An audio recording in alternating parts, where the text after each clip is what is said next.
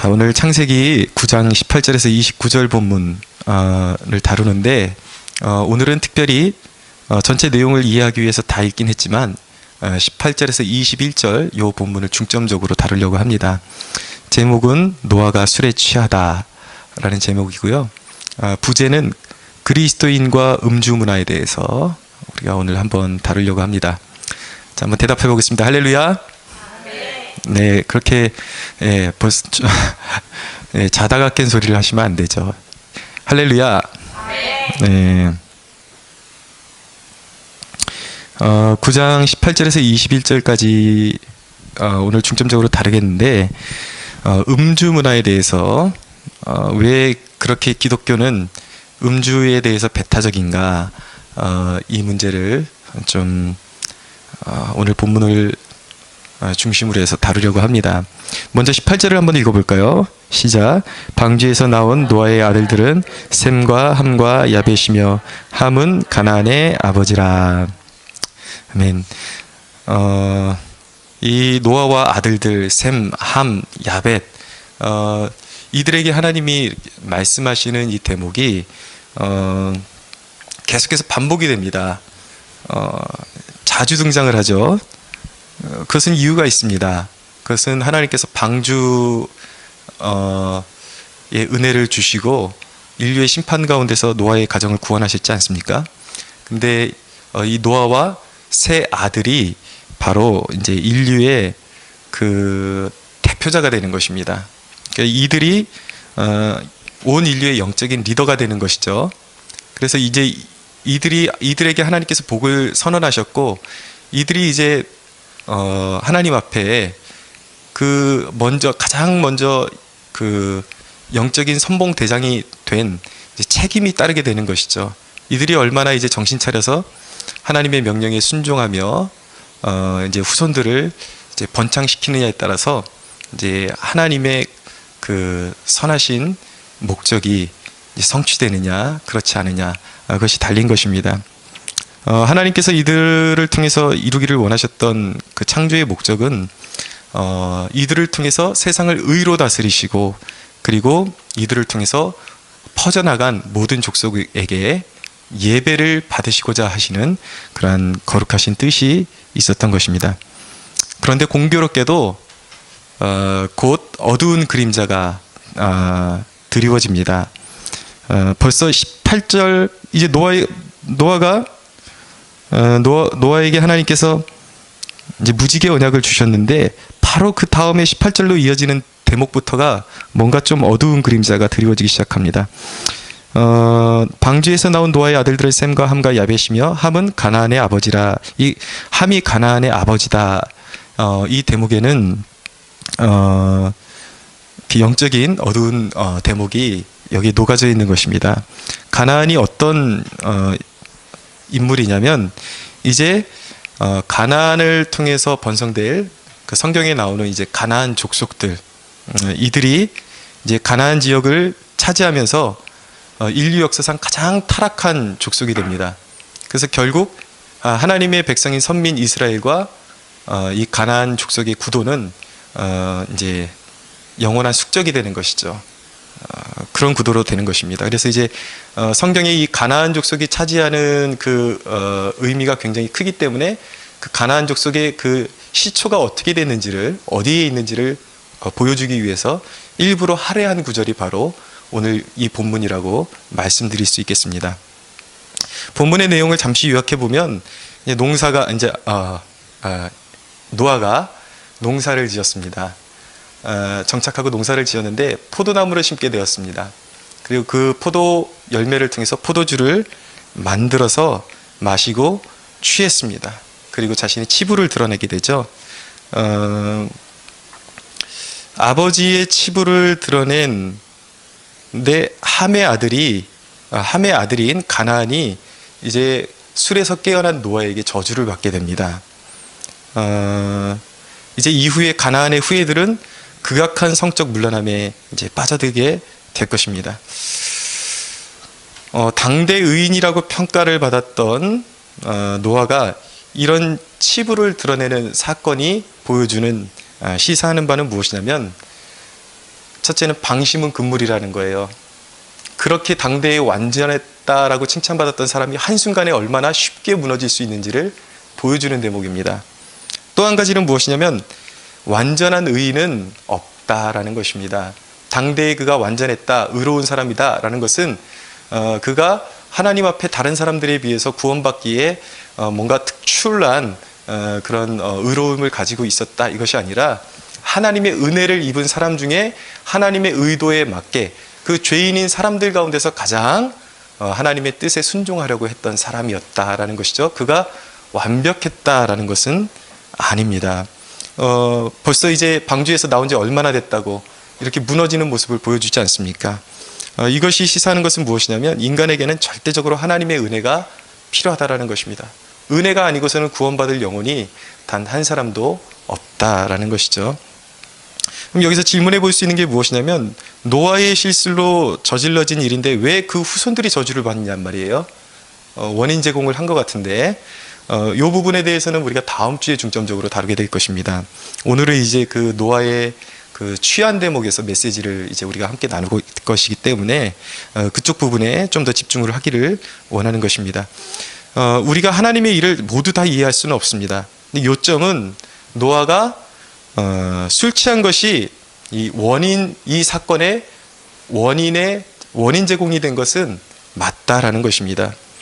음주를 지지하는 사람들은 노아가 취한 것에 대해서 하나님이 이 노아가 취한 것에 대해서는 직접적으로 책망하시는 구절이 없으니까 음주 자체를 나쁘게 생각하는 것은 잘못이다. 성경은 음주 자체를 그렇게 나쁘게 생각하지 않는다라고 주장하는 사람들이 있지만 여러분, 노아가 취해서 벌거벗은 것 자체가 영적인 가장이 벌거벗고 그 치부를 드러냈다는 그 자체가 수치인 것이고 책망이고 수치인 것입니다.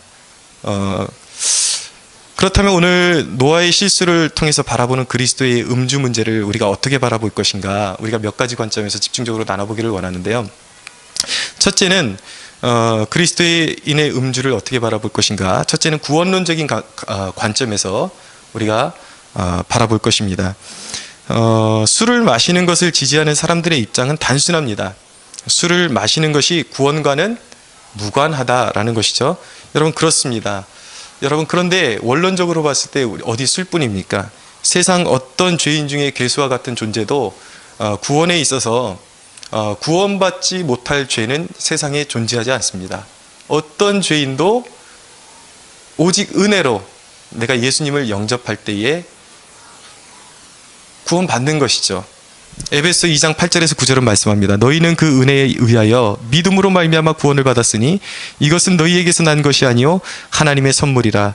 행위에서 난 것이 아니니 이는 누구든지 자랑하지 못하게 함이라 라고 말씀합니다.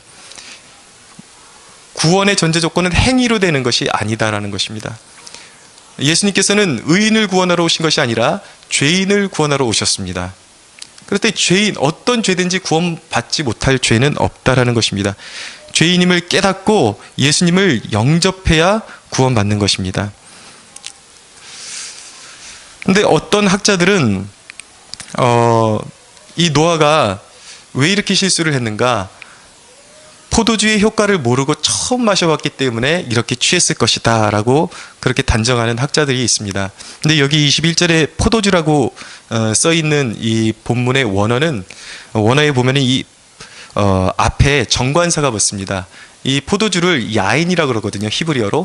그런데 하야인이라 그래요. 정관사 하가 붙어서 야인. 그것은 무엇을 말하는 것이냐면 이미 노아가 이전에도 포도주를 입에 대고 있었고 이미 익히 그 효능에 대해서 잘 알고 있는 그러한 술이었다라는 것을 증명해 주는 것이죠. 그런데 영적으로 방심한 사이에 그 술로 인해서 가장 의로웠던 사람이 가장 추악한 사람으로 오늘 이렇게 변질된 것입니다. 변한 것입니다. 단순히 성경에 그 믿음의 사람들이 술을 마신 기록이 나와 있다고 하는 이유로 그리스도인들의 음주 문화를 정당화시키려는 사람들이 있지만 여러분, 아직까지 이 대목을 보고 술을 마시는 것을 정당화시키기에는 아직 성급합니다. 다른 예를 제가 한번 들어보겠습니다. 여러분, 노예제도는 어떻다고 생각하십니까?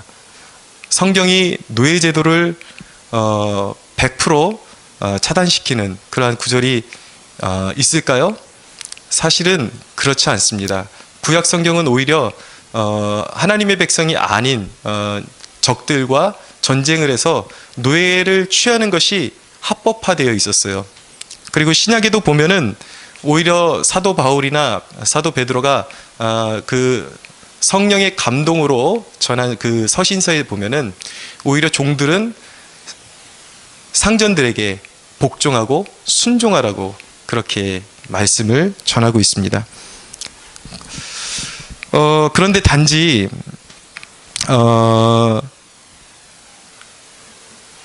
이제 말씀드리고 싶은 건 뭐냐면 성경 전체에 직접적으로 노예 제도를 금지하는 규약은 없다라는 거예요. 그런데 단지 이제 바울 서신인 빌레몬서에 보면은 바울이 빌레몬의 종이었던 오네시모를 영적 아들로 삼습니다.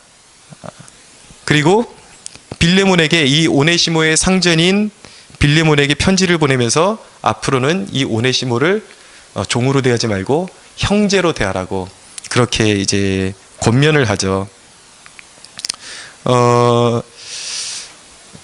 빌레몬서를 통해서 종도 아들로 삼을 수 있고 형제를 삼을 수 있고 그리스도 안에서는 종과 상전이 따로 없고 모두가 형제밖에 없다라는 것을 이제 암시하고 있지만 그렇다고 해서 어떤 노예 제도를 직접적으로 종의 제도를 거부하거나 완전히 모든 종을 없애라는 직접적인 명령은 나타나지 않습니다. 여러분, 그럼에도 불구하고 우리가 노예 제도를 지지하지 않는 이유는 무엇입니까? 그것은 왜이냐면 구약으로 시작해서 신약으로 귀결되는 성경의 종합적인 사상이 인간에게는 차별이 있을 수 없으며 모든 인간에게 존엄성을 부여하는 것이 하나님의 뜻이기 때문에 우리는 노예 제도를 반대하는 것입니다. 그래서 노예 제도를 두지 않는 거예요. 여러분, 술에 있어서도 마찬가지입니다. 단호하게 술 마시지 말라라는 그러한 말씀이 비로소 없다 할지라도 그런데 어느 구절에 보면은 술을 아예 쳐다보지도 말라는 구절이 있기도 합니다. 그러나 여러분, 여기에 있어도 마찬가지인 거예요. 성경이 술을 절대적으로 금하는 구절이 있느냐 없느냐 이걸 떠나서 성경이 구약부터 요한계시록까지 신약까지 일관되게 진술하는 술에 대한 그 진술이 무엇이냐, 그것을 봤을 때 성경은 분명히 술로 인한 폐단을 경계합니다. 극도로 경계합니다. 그리고 그리스도인은 술 취할 것이 아니라 높은 거룩성을 추구하라고 시종일관 도전하고 있는 것입니다. 그렇기 때문에 그리스도인들은 당연히 음주를 거부하는 것이 맞다고 생각을 하는 것이죠. 여러분, 우리가 구원이 무엇인지를 다시 한번 생각해 볼 필요성이 있습니다. 그러면 우리가 음주 문화에 대한 나름대로의 결론을 내릴 수 있게 되는 것입니다. 여러분, 구원이란 무엇입니까? 이전에 하나님을 몰라서 내 안에 생명이 없는 상태가 저주받은 상태잖아요. 그런데 내 안에 생명이 없는 상태가 외적으로 드러나던 그런 사건들이 무엇이었습니까? 그런 행위들이 무엇이었습니까? 목적 없는 삶을 살고 방탕한 삶을 살고 술 취하고, 그러니까 하나님 없이 살 때 나타났던 특징들이 그런 것들 아닙니까? 방탕하고 술 취하고 세상 것들을 추구하고 쓸모없는 것들을 추구하는 것이 하나님의 생명이 없었을 때에 우리가 추구하던 그런 것들로 외적으로 나타나는 것들이 그런 것들이었죠. 그런데 이제는 우리에게 예수님의 생명이 임한 것입니다. 그 얘기는 무엇이냐면 우리 안에 성령이 오셨다라는 것이죠. 여러분, 술을 안 마시는 것이 구원의 조건은 아니지만 고린도전서 9장 6절에서 11절에서 분명히 말씀하시는 것은 무엇이냐면 이전에 너희가 술 취하고 방탕하고 이랬던 것은 예수님을 알기 전에, 예수님을 믿기 전에 이미 다 지나간 것이다. 그래서 이미 다 끝났어야 정상인 것이다. 예수를 믿는 너희에게는 그런 삶이 어울리지 않는 것이다 라는 것을, 왜냐하면 이제 예수를 믿는다는 것은 술 취하고 방탕하는 그 옛사람의 습관에 머물러 있는 것이 아니라 그런 것들은 이제 끝났고 하나님의 생명의 역사를 위해서 달려갈 수 있는 문이 열렸다라는 것이기 때문입니다. 할렐루야. 우린 그것을 믿는 사람들이에요. 아직도 술에서 얻는 만족이 하나님을 알아가는 것보다 더 크다면 성경은 분명히 말씀합니다. 하나님의 나라를 유업으로 얻지 못할 것이라고 성경은 단언합니다. 선언합니다. 그러니까 여러분, 술 안 먹는 것이 구원의 조건은 아니지만 술 취하는 상태에 그가 계속 머물러 있다거나 술을 계속 하나님의 말씀을 사모하는 것보다 술을 계속해서 즐기는 상태에 그가 머물러 있다면 그 얘기는 곧 무엇을 반증하는 것입니까? 그것은 내 안에 성령이 계시지 않다라는 것을 반증하기도 한다라는 것입니다. 그러니까 이 문제를 뒤집어 놓고 생각하면은 술 문제가 원론적으로는 구원의 조건은 아니지만 구원과 아예 관계가 없는 것은 또 아니다라는 것을 우리가 알게 되는 것이죠. 여러분, 구원이란 무엇입니까? 변화인 것입니다. 예수님이 오시면 우리의 삶 가운데 변화가 일어나야지 정상인 것입니다. 두 번째는 우리가 그리스도인의 윤리적 관점에서 이 문제를 다루어야 하는데 21절의 다음 단락에 보면 뭐라고 말씀하냐면, 자, 포도주를 마시고 취하여 라고 말씀합니다. 술 문제를 논할 때 사람들이 하는 얘기가 흔히 하는 얘기가 그것입니다. 취하지만 않으면 되지 않는가. 여러분, 그런데 문제는 무엇이냐면 술이 어느 정도 들어가면 술이 사람을 먹기 시작한다라는 것입니다. 사람이 술을 통제하는 것이 아니라 술이 사람을 통제하기 시작하는 것입니다. 요번에 우리 이은 청년이 제자훈련을 이제 진행하면서 요번에 새롭게 결단한 것이 무엇이냐면, 그동안에 이제 술을 좀 입에 댔었는데 술을 마시지 않기로 이제 결단을 했습니다. 근데 이 청년이 하는 말이 뭐냐면, 주위에 믿는 사람들을 자기가 가만히 관찰해 보니까 그렇게 말하는 사람들이 있더라는 거예요. 우리 그리스도인들이 세상에서는 빛과 소금의 역할을 감당해야 되니까 사람들 앞에서는 마시면 안 된다. 그런데 우리끼리 있으면 마셔도 된다. 우리끼리의 즐거움을 위해서는 마셔도 된다. 라는 사람들이 있더라는 거예요. 근데 그 얘기를 듣는데 아무리 생각해봐도 이건 논리적으로도 맞지도 않고, 이건 이건 너무 참 모순처럼 느껴지는, 도대체 이게 앞뒤가 맞지를 않더라는 것입니다. 그러면서 자기가 음주 문제에 대해서 다시 한번 생각해 보게 되었다라는 거예요. 자기는 약하게 마시는 거는 괜찮다고 생각했는데 바로 주위에 있는 사람들을 보니까 그리스도인이라고 하는 사람들이 술을 마시고 나면은 말을 두서없이 막 쏟아내는 모습을 보게 된다라는 것이죠. 그리고 아침에 일어나면 자기가 무슨 말을 했는지 다 모른다라는 거예요. 은희를 제가 중국에서 이은 청년을 중국에서 처음 오는 날 인천공항에 제가 이제 픽업을 해가지고 왔는데 차 안에서 제가 은희한테 도전을 했습니다.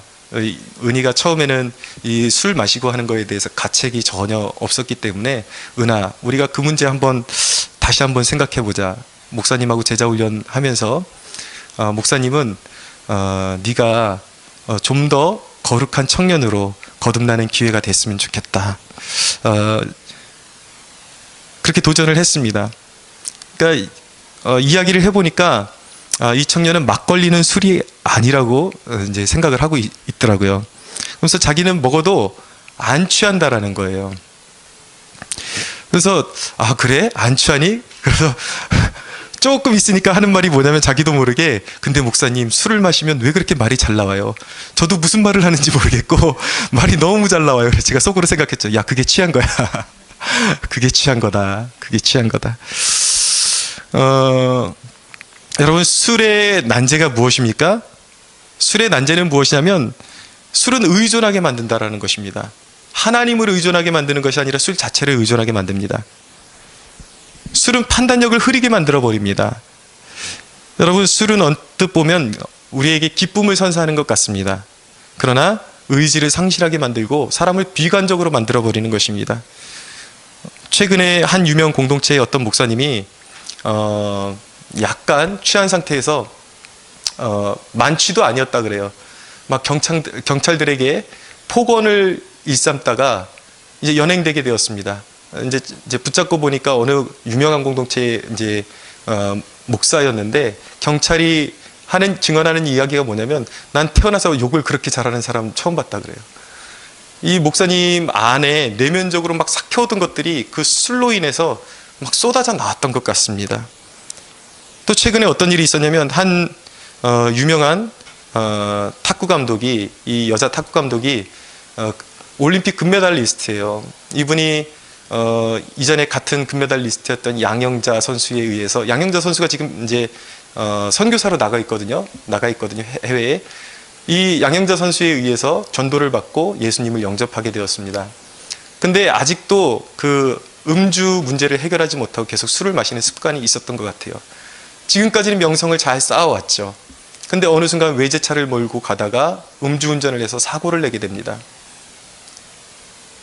한순간에 음주라는 것이 계속해서 사고를 일으킬 수도 있지만, 만성적인 사람들은 그렇겠지만, 전혀 그렇지 않은 사람도, 온유하고 정말 어린 양 같은 그랬던 사람들도 한순간에 자기가 쌓아놓았던 명예를 잃게 만들어버리는 것이 바로 음주라는 것이죠.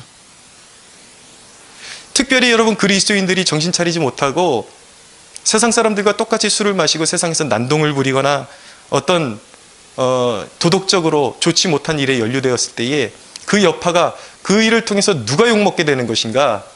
그 일을 통해서 하나님의 명예가 실추되게 되는 것입니다. 그래서 로마서 2장 24절은 사도 바울은 이렇게 선언합니다. 너희 때문에 하나님의 이름이 이방인 중에서 모독을 받는도다. 너희 때문에, 그리스도를 믿는다 하면서, 예수님을 믿는다 하면서 그분의 거룩하심을 무시하고 세상 가운데 자기가 원하는 대로, 자기 정욕대로 살다가 그리스도인들이 도덕적인 추악함을 보일 때 하나님의 영광이 가려진다라는 것입니다. 제가 말씀한 구절 찾아서 읽어드리겠습니다. 잠언 23장 29절에 35절인데 잘 들어보십시오. 재앙이 네게 있느냐? 근심이 네게 있느냐? 분쟁이 네게 있느냐? 원망이 네게 있느냐? 까닭 없는 상처가 네게 있느냐? 붉은 눈이 네게 있느냐? 술에 잠긴 자에게 있고 혼합한 술을 구하러 다니는 자에게 있느니라.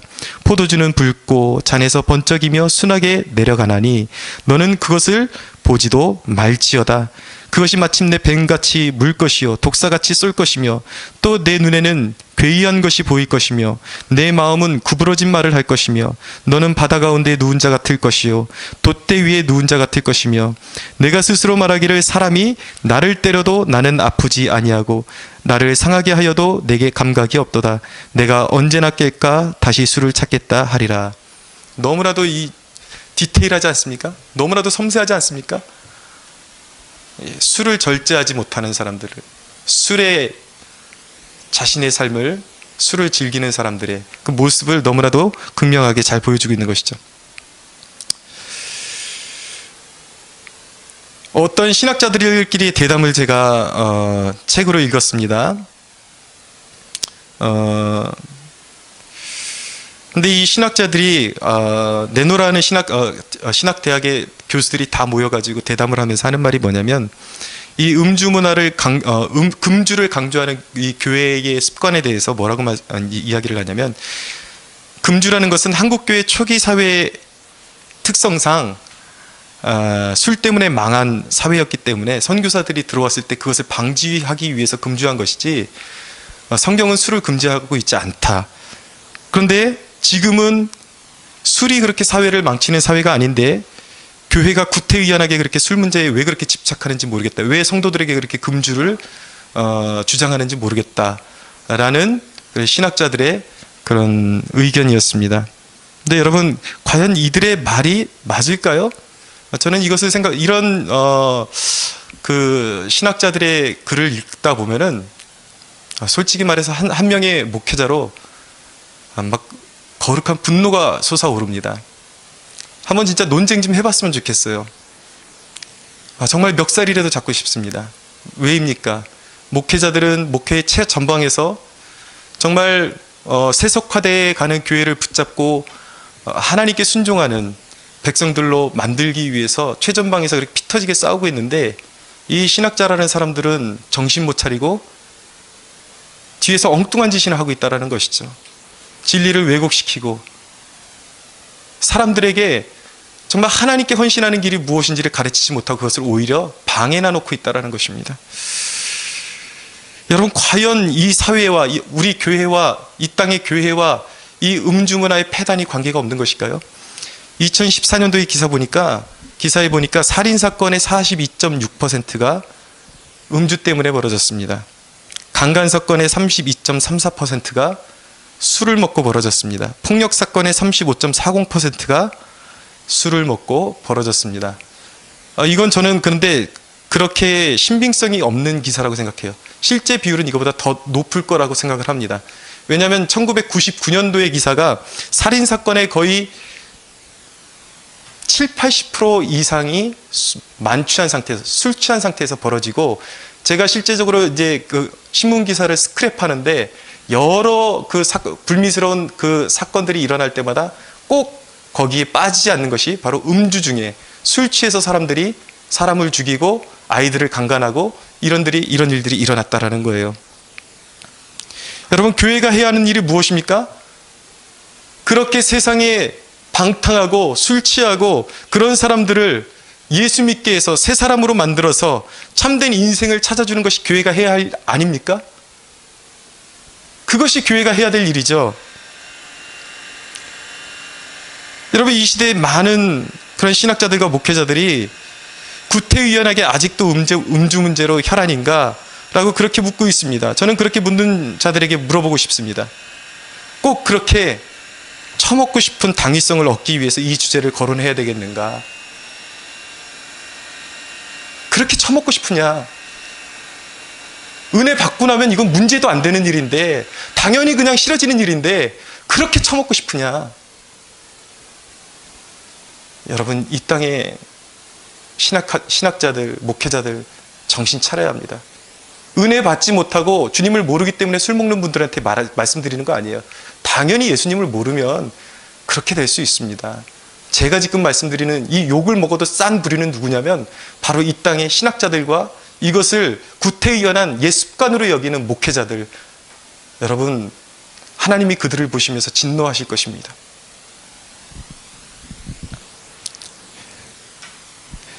여러분, 그리스도인 가정에 우리 주변에만 봐도 얼마나 그 술 취하는 자녀와 남편 때문에 얼마나 많은 이들이 아파하고 있는지 아십니까? 그런 이들이 한둘이 아니에요. 이런 실정을 보지 못한다는 것이 어떻게 영적인 리더로서의 자격을 감당할 수 있겠습니까? 여러분, 술은 술 자체로 끝나는 것이 아닙니다. 반드시 더러운 것들과 연관이 되어 있어요. 음란과 폭력과 비관하는 것들, 온갖 더러운 것들과 연관이 되어 있는 것입니다.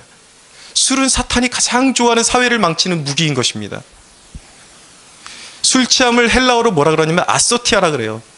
이 뜻은 무엇이냐면 지나치다, 방탕함이다 라는 뜻이에요.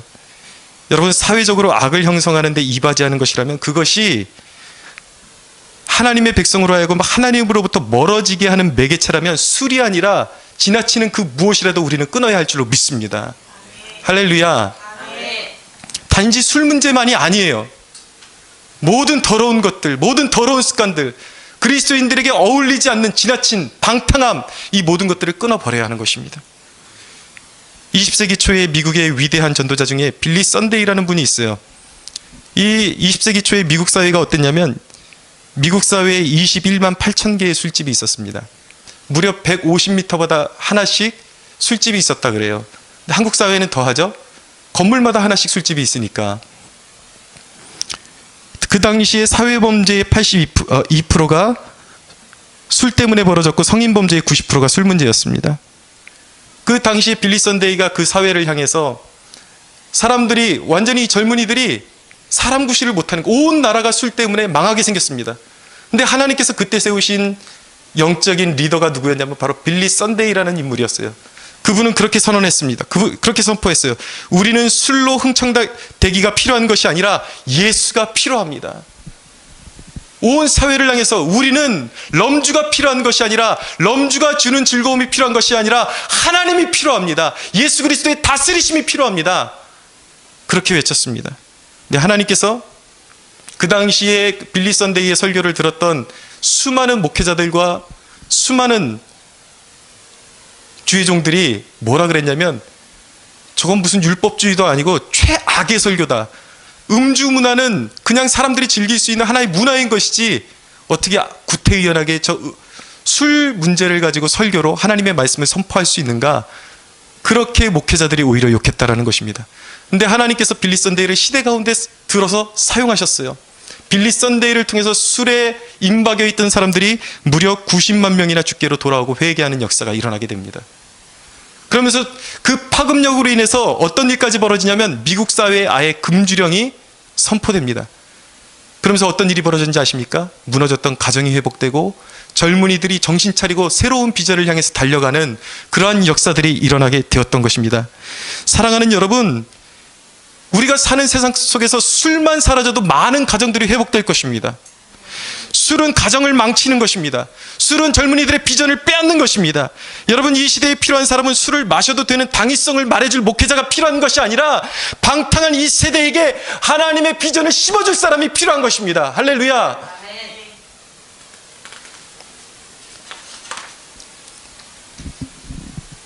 그럼 세 번째로, 이 음주 문화를 어떤 관점에서 바라봐야 하냐면 성화의 관점에서 우리가 바라봐야 합니다. 오늘 말씀해 보니까 노아가 장막 안에서 벌거벗은지라라고 말씀합니다. 장막 안에서 이제 술을 취해서 벌거벗게 되었습니다. 하체를 드러내고 있었어요. 그럼 술 취함의 결과는 항상 수치를 보이는 것입니다. 여러분, 이 음주 문화가 과연 정당한가? 기독교의 첫째는 성경이 뭐라고 말씀하는가가 가장 중요하고, 기독교 역사에 하나님 앞에 쓰임받았던 사람들이 술에 대해서 어떤 자세를 가지고 있었는지가 중요합니다. 기독교 역사에 많은 위대한 사람들이 술에 빠져 있다가 구원을 받게 되었습니다. 대표적인 인물이 누구냐면 어거스틴이라는 인물이에요. 술과 여자에 푹 빠져 있다가 로마서 13장에 나오는 술 취하지 말고 방탕하지 말고 예수 그리스도의 의의 옷을 입으라는 그 말씀을 그가 받고 완전히 새 사람이 되게 됩니다. 완전히 성자의 삶을 살게 됩니다. 미국에서 지금 개혁주의 설교자로 정말 위대하게 쓰임받고 있는 폴 워셔라는 그런 설교자도 완전히 술에 찌들어 살다가 자신을 구원하시는, 정말 비관적이고 죽고 싶고 자살도 시도해봤고 그런 분이었는데, 예수 그리스도가 오심을 보고 완전히 새 사람이 되어서 술을 완전히 벗어버리게 됩니다.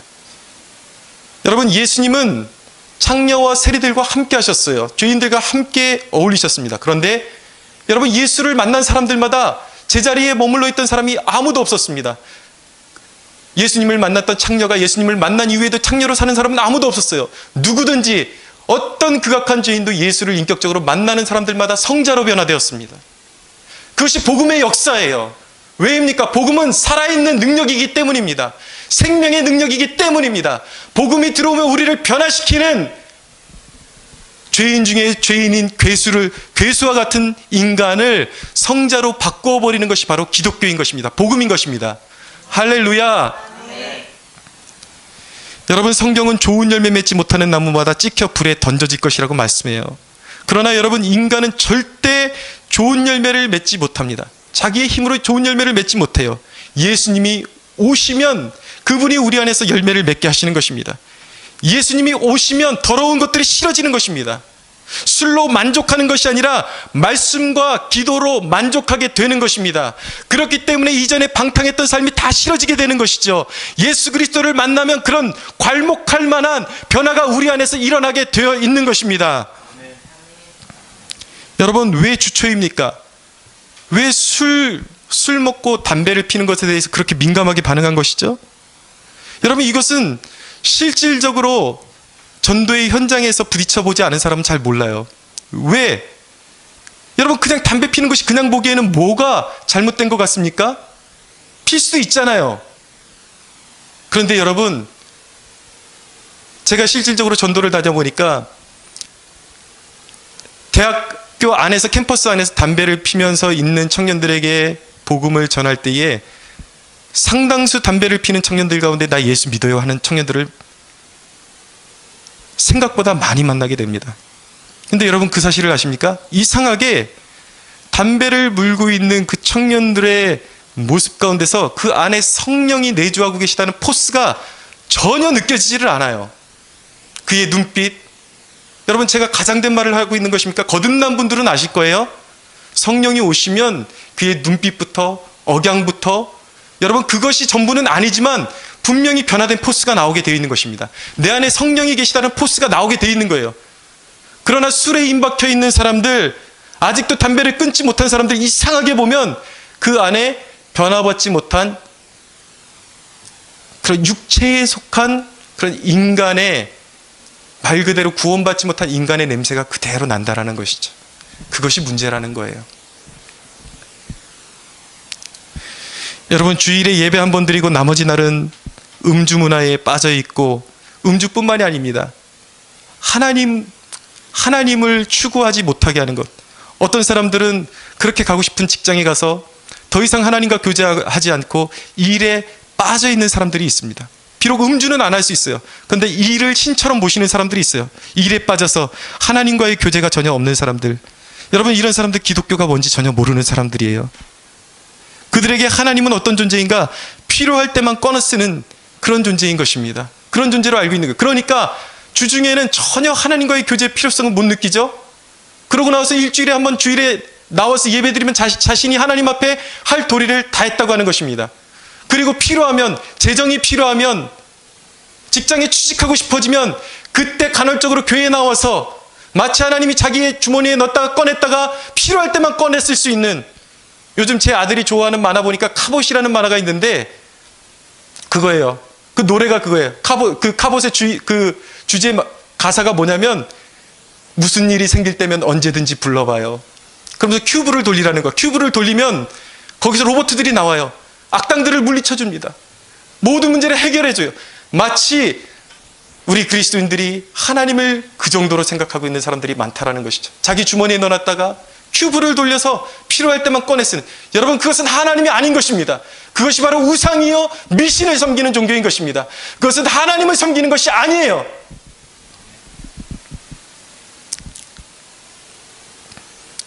여러분 우리의 삶의 목적은 무엇입니까? 좋은 학교예요? 대기업입니까? 직장입니까? 아니에요. 우리의 삶의 목적은 첫째로 하나님을 알아가는 것이고 둘째로 동행하는 것입니다. 영원토록 하나님을 계속해서 알아가기를 추구하고 하나님과 동행하는 것이 우리의 삶의 진정한 목적인 것입니다. 여러분들이 추구하고 여러분들이 목표라고 인생의 목적이라고 생각했던 좋은 학교와 직장이 여러분들에게 주신 하나님의 목적을 이루어가는 데 기여하지 못하고 있다면 그것은 쓰레기에 불과한 것입니다. 아무것도 아니에요. 어제 뉴스를 접하니까 중국에 어마어마한 조폭 두목이 잡혀서 사형을 당했습니다. 이 조폭의 재산이 무려 7조 원이었다고 합니다. 7조 원이었는데 사형 집행 그날에 이 조폭 두목이 엉엉 울면서 고백한 말이 있어요. 무슨 말이었는가? 다시 살 수 있는 기회가 주어진다면 노점이나 작은 가게를 차리고 이제는 가정을 돌보고 싶습니다. 그게 소원이었는데 이제는 기회가 없어요. 사형장의 이슬로 사라지고 말았습니다. 여러분 그가 가진 모든 것이 죽음 앞에서 쓰레기였다라는 것입니다. 조폭이 7조를 가진 조폭이나 7조를 가진 선량한 시민이나 하나님을 벗어나서 추구했던 그 모든 것들이 죽음이라는 그 지점 앞에서 모든 것이 쓰레기라는 것입니다. 여러분 이 땅에 살아가는 수많은 젊은이들이 추구하는 것이 무엇입니까? 이런 쓰레기를 얻으려고 동분서주하면서 하나님을 외면하고 있지는 않냐는 말이죠. 여러분들이 좋은 학교를 가는 것 좋습니다. 직장에 좋은 직장 얻는 것 좋아요. 그러나 그것을 통해서 첫째로 생명을 살리는 역사가 일어나고 있는가를 물어봐야 되는 거예요. 둘째로 그 좋은 직장과 좋은 학교를 통해서 하나님을 더욱더 알아가며 영적인 성장을 이루어가고 있는가, 하나님이 원하시는 그러한 인격체로 나는 성장하고 있는가, 그것이 없다면 여러분들은 쓰레기를 모으고 있는 것입니다. 여러분 평소 주님을 섬기지 않으면서 나는 기독교인이다라고 말하지 마십시오. 심판의 날에 주님께서는 나는 너를 모른다라고 말하실 수 있습니다. 여러분, 기독교는 종교가 아니라 생명이에요. 출애굽기 11장 3절에 보면 이런 말씀이 있습니다. 그 사람 모세는 애굽 땅에 있는 바로의 신하와 백성의 눈에 아주 위대하게 보였더라. 모세는 말을 못하는 열등감에 사로잡혀 있던 사람이었습니다. 그 자체가 어디가 위대한 구석이 있었겠습니까? 근데 애굽 사람들이 보기에 모세가 위대해 보였대요. 왜입니까? 그에게서 하나님의 일하심이 나타났기 때문입니다. 위대하신 하나님이 가장 연약하고 열등감에 사로잡힌 사람을 붙드시니까 그를 통해서 사람들이 하나님의 위대하심을 보게 되는 거예요. 그가 위대한 인물로 보이게 되는 것입니다. 여러분, 이것이 바로 우리 모든 사람이 품어야 할 비전인 것입니다. 가졌지만 쭉정이 같은 인생이 있고, 소유했든지 소유하지 못했든지 그를 통해서 하나님이 일하시는 것이 나타나는 사람이 있어요. 이것이 위대한 삶인 것입니다. 아무리 연약한 삶이라 할지라도 그 사람을 통해서 하나님의 위대하심이 드러나고 엿보이고 하나님의 영광의 강체가 보이는 그 사람, 그 인생이 바로 위대한 삶인 것입니다.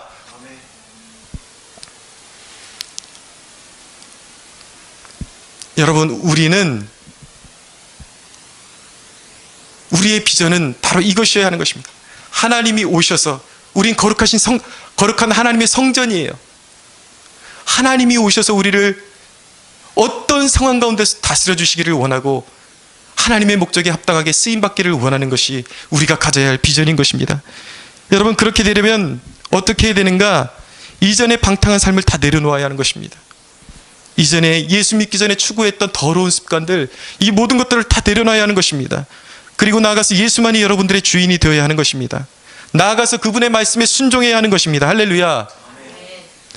사랑하는 여러분, 사랑하는 이 땅의 청년들이여, 여러분들의 잃어버린 비전을 다시 찾으십시오. 진정한 비전이 아닌 쓰레기 모으면서 이것이 나의 비전이라고 말하지 말고, 사람들과 술 한잔하면서 세상의 즐거움에 취해 있지 말고 하나님께로 돌아와서 다시 말씀의 자리로, 기도의 자리로 돌아와 하나님의 영광을 위해서 쓰임받는 우리 모두가 되기를 주 예수의 이름으로 축원합니다. 하나님께 영광의 박수 올려드리겠습니다.